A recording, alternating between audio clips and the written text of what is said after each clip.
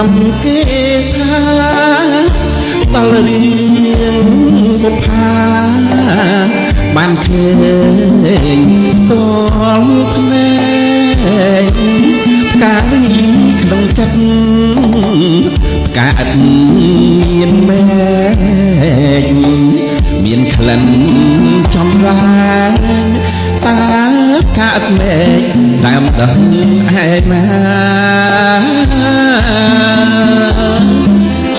តាមពិនបុប្ផាជាឈ្មោះស្រស្រីវាអើយកវៃញាប់ញ័រចិនដាកវៃអភ័ព្វជាប់ចិត្តប្រាថ្នាហ៊ានយកសង្ខារក្តាច់ឲ្យមរណា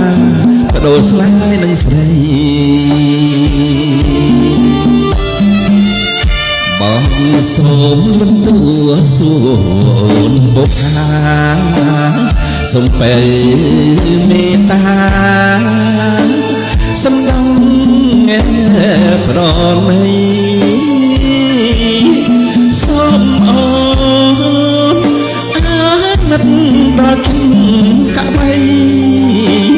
ទូរូបបងខ្សែក៏នៅតែស្ម័គ្រក្នុងនាមចិត្តប្រដែលស្មោះដូចបងអបការទាំងតងលឺទ្រូងមកណាក់នៅមុខក្នុងបងចាឈ្មោះវលាំថារូបបងស្ម័គ្រចង់នៅរួមរៀងនឹងអូនបុប្ផា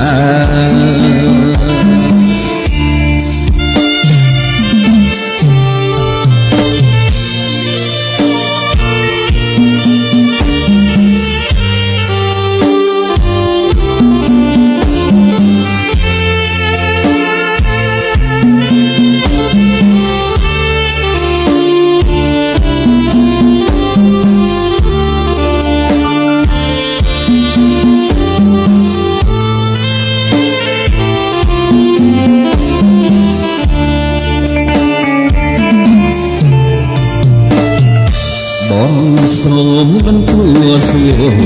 នបុប្ផាសូមពេលមេត្តាសំដង